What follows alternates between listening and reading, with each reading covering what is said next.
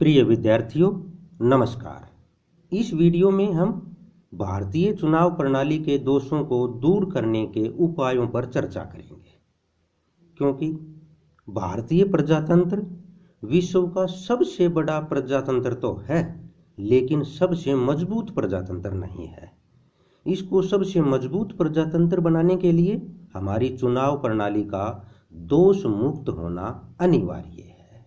इस संबंध में श्री जयप्रकाश नारायण द्वारा स्थापित समिति ने भारतीय चुनाव प्रणाली में सुधार की जो मांग की थी, उसमें सर्वप्रथम बात है संसदीय चुनाव क्षेत्र के स्थान पर आनुपातिक प्रतिनिधि सूची प्रणाली को अपनाया जाए।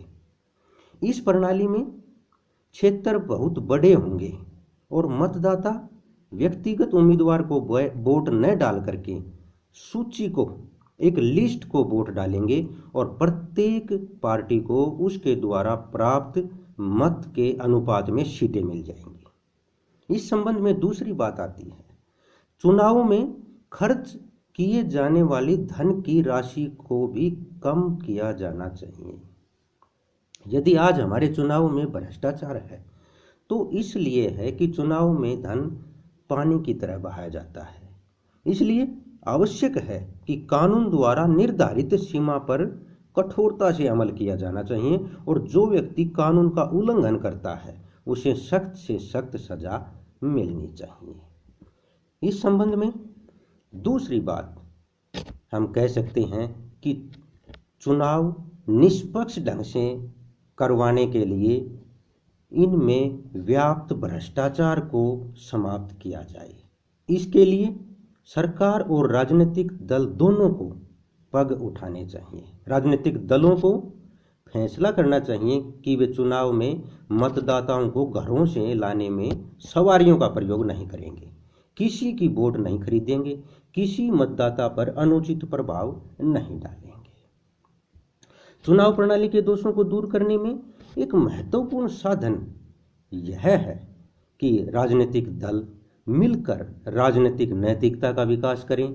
राजनीतिक दलों को स्वयं ही अपने ऊपर कुछ प्रतिबंध लगाने चाहिए, जैसे कि चुनाव पर अधिक धन न खर्च करें, शराब तथा नशे वाली चीज़ों का प्रयोग न करें, झूठ और मक्कारी आदि साधनों का प्रयोग न करें। इसमें अगली बात बताई जा सकती है कि मतदाताओं को नाम दर्ज करवाने के लिए अधिक से अधिक सुविधाएं दी जानी चाहिए। मतदाताओं की सूची इस प्रकार तैयार की जानी चाहिए कि किसी भी व्यक्ति का नाम मतदाता सूची में दर्ज होने से रह न जाए। इसके लिए मतदाताओं के नाम दर्ज करने के लिए नगरों तथा गांव में स्थायी व्यवस्था की जानी चाहिए और यह कार्य ग्राम पंचायतों को और नगर पालिकाओं को भी सौंपा जा सकता है। मतदाताओं की सूची चुनाव से कुछ महीने पहले संशोधित करने की बजाय वर्ष में एक बार अवश्य संशोधित की जानी चाहिए। राजनीतिक दलों को नए मतदाताओं के नाम दर्ज करवाने में मदद करनी चाहिए और शिक्षित मतदाताओं को अपने नाम स्वयं लिखवाने चाहिए। इस श्रेणी में अगली बात बताई जा सकती है कि राजनीतिक दलों के संगठनात्मक चुनाव भी समय पर होने चाहिए और जो राजनीतिक दल अपने संगठनात्मक चुनाव नहीं करवाते, चुनाव आयोग के द्वारा उनकी मान्यता समाप्त कर देनी चाहिए, क्योंकि चुनाव सुधार की दिशा में यह एक महत्वपूर्ण कदम साबित हो सकता है।